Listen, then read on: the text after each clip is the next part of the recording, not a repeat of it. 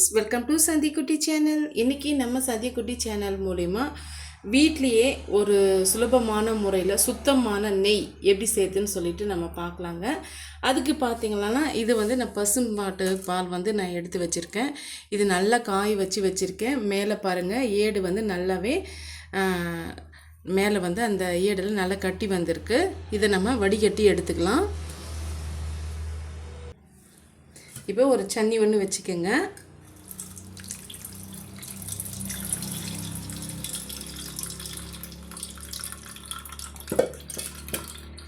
இதே போல் ஒரு 15 நாள் நான் ஸ்டோர் பண்ணி ஃப்ரீசரில் நான் இந்த ஏடெல்லாம் ஸ்டோர் பண்ணி நான் எடுத்து வச்சேங்க. பாருங்கள், ஒரு டைம்க்கே நமக்கு எவ்வளோ மேல் ஏடு பால் ஏடை கிடச்சிருக்கு பாருங்கள். இப்போ நீங்கள் ஃப்ரீசரில் வச்சுருந்தீங்களன்னா அதை ரூம் டெம்பரேச்சருக்கு எடுத்து வச்சுக்கோங்க. அப்போ தான் இது போல் நல்லா உதிரியே நமக்கு கிடைக்கும். இப்போ நம்ம நெய் எப்படி சேர்த்துன்ட்டு பார்க்கலாம். இப்போ மிக்ஸி ஜாரில் சேர்த்து விட்டுக்கலாங்க.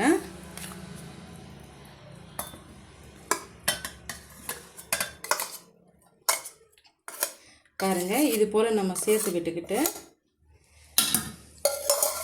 ஐஸ் தண்ணி நம்ம சேர்த்துக்கலாம். இது போல் செய்யும் போது தான் பட்டர் தண்ணியை பிரிஞ்சு வரும். அதனால் நம்ம தண்ணி ஆட் பண்ணிக்கலாங்க. ஆட் பண்ணிவிட்டு அரைச்சி எடுத்துகிட்டு வந்துடலாம்.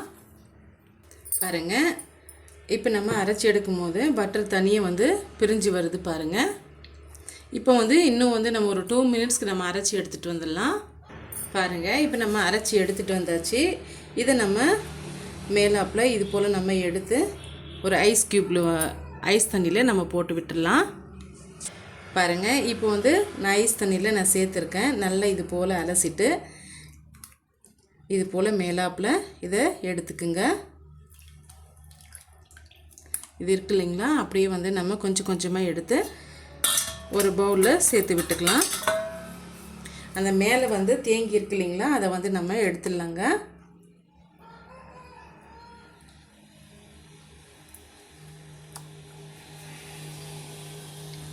நம்ம மிக்ஸி ஜாரில் விட்டு அரைக்கும் போது தான் இது போல் நமக்கு பட்டர் கிடைக்கும்.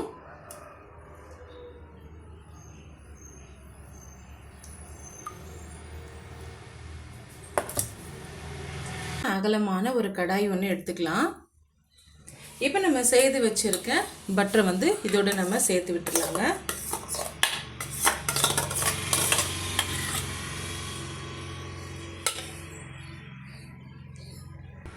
இப்போ இதை நம்ம ஹை ஃப்ளேமில் வச்சு மெல்ட் பண்ணிக்கலாங்க. இதை நல்லா அப்படியே கரைஞ்சி வரட்டும். கொஞ்சம் அகலமான கடாயை பார்த்து எடுத்துக்கோங்க, இல்லைன்னா பொங்கி வரும்.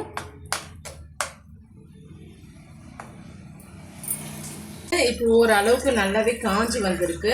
இந்த சமயத்தில் இந்த மாவெல்லாம் பாருங்கள், கீழே தங்கியிருக்கு. நெய் மேலே எலும்பி வந்திருக்கு. இன்னுமே இது நல்லா கொதிச்சு வரணும். அது வரைக்கும் நம்ம இது போல் நல்லா கிண்டி விட்டுக்கலாம்.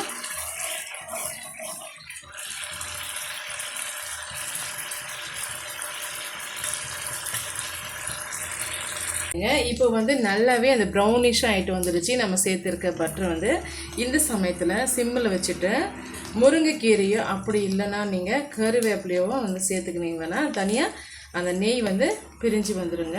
இப்போ நான் முருங்கைக்கீரையை எடுத்திருக்கேன். இதை அப்படியே எண்ணெயில் போட்டுடலாம்.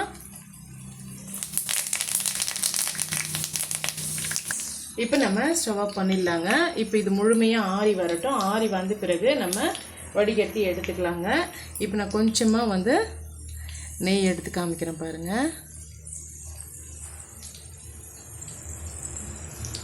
பாருங்கள், சூப்பராக நமக்கு நெய் ரெடி ஆகிடுச்சு. வீட்லேயே சுலபமான முறையில் நம்ம செய்து முடிச்சிடலாங்க. இப்போ இது முழுமையாக ஆறி வரட்டும்.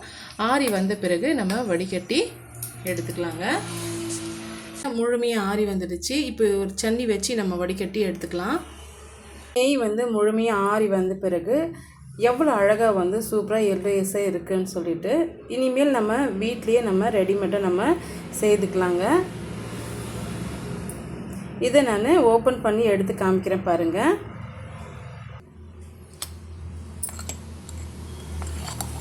பாருங்கள் எவ்வளோ சூப்பராக நம்ம நெய் வந்து ரெடி ஆகிடுச்சின்னு சொல்லிட்டு. இந்த ரெசிபி கண்டிப்பாக உங்களுக்கு பிடிக்கும்னு நினைக்கிறேன். பிடிச்சிருந்தால் மறக்காமல் சந்திக்குட்டி சேனலுக்கு சப்ஸ்கிரைப் பண்ணுங்கள், லைக் பண்ணுங்கள், ஃப்ரெண்ட்ஸ் அண்ட் ஃபேமிலியோட நிறைய ஷேர் பண்ணுங்கள். தேங்க்யூ ஃபார் வாட்சிங்.